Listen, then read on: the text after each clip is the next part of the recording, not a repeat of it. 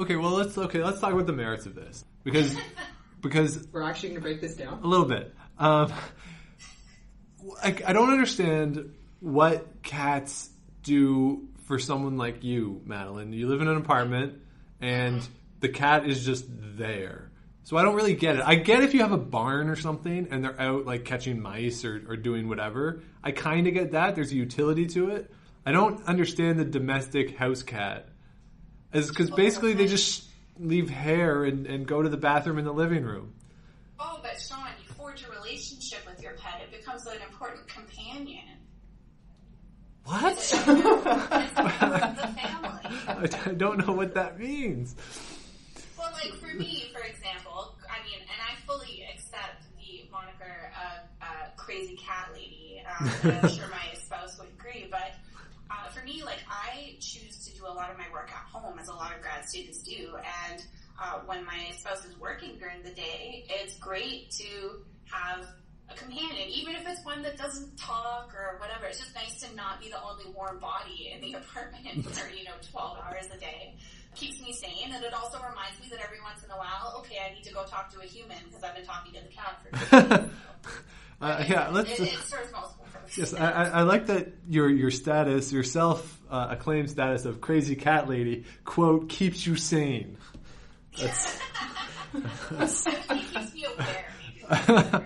Keeps me aware. Keeps me, the fact that you spend so much time alone, or at least I spend so much time alone, it's just nice to have someone else here. Like, I think if I was all by myself, it would be weird. Like, I can't really imagine not having a cat. Now, that being said, I've had cats my whole life. So, for me, it could also just be something I'm used to. Like, I've never lived for an extended period without a cat or dog. So, right. And I mean, yeah, I enjoy the companionship. And my cat in particular has quite a character, so. Yes, that's one way to put it. I guess the thing with dogs is that, I mean, I don't much care for dogs either. Granted, I didn't grow up with pets at all, so I mean, that's probably, I'm just not used to having animals around.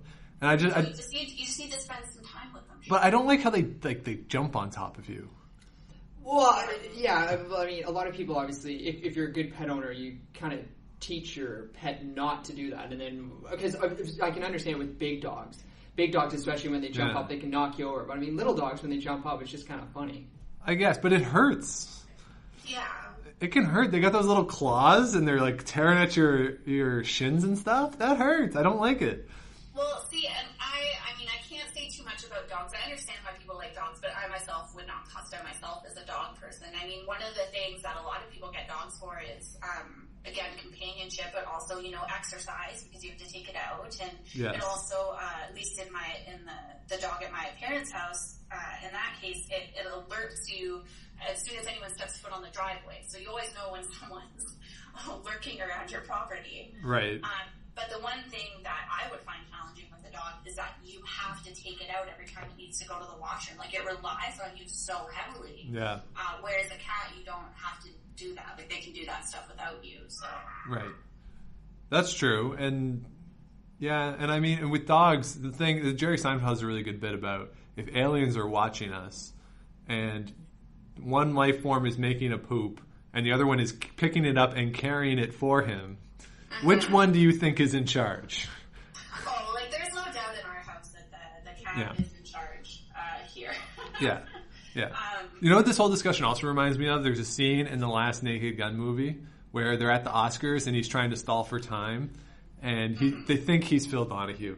And he talks about how there's so many cats who get fed meat, but with all the nation starving, what they should do is kill all the dolphins and use the dolphin meat for the cats, freeing up the tuna to feed the nations hungry.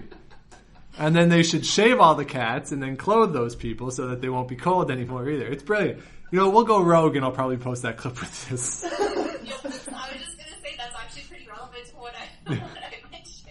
Yeah, there's utility in doing that, right? Yeah. Yes. Okay, I guess this is the point of the podcast where we remind everybody that this is completely tongue-in-cheek as well. So no letters, please. Yeah. No, we don't want to hurt any animals. Of course not. I don't want them in my house. That's a fact. but I don't want to hurt. Yeah, it doesn't mean any that you animals. want harm to come. That's right.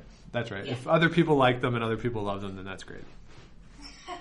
And that's What do good. you think, Sean? No, and like I don't know, like I can't remember where I was, but there was I think maybe it was on the train. I was talking to a widow who has a dog, and sort of that dog. She talked about how it's this companionship, and she bought it after her husband died and stuff. So I mean, there is the utility in it and that sort of stuff. So. Oh, for sure. I know No my letters. grandmother when she gets to babysit my mom's dogs, she's just thrilled. She loves having them around, right? So Yeah. I think there's a lot to be said for companionship, especially if you've had that companionship and then it's not there. You would notice it a lot more. But if you've never had pets, then maybe you don't know what you're missing, Sean. Yes. You just need to get a dog. Is basically what the moral of this message is. Apparently. I like having, like you talk about having another warm body in the house. I like going home and just sitting there. And it's just me. It's all me. And I love it. I'm not ready to... You don't know what you're missing. I'm not ready to give that up yet. I'm not ready to stop being completely selfish in that regard. So that's, yeah. Fair enough.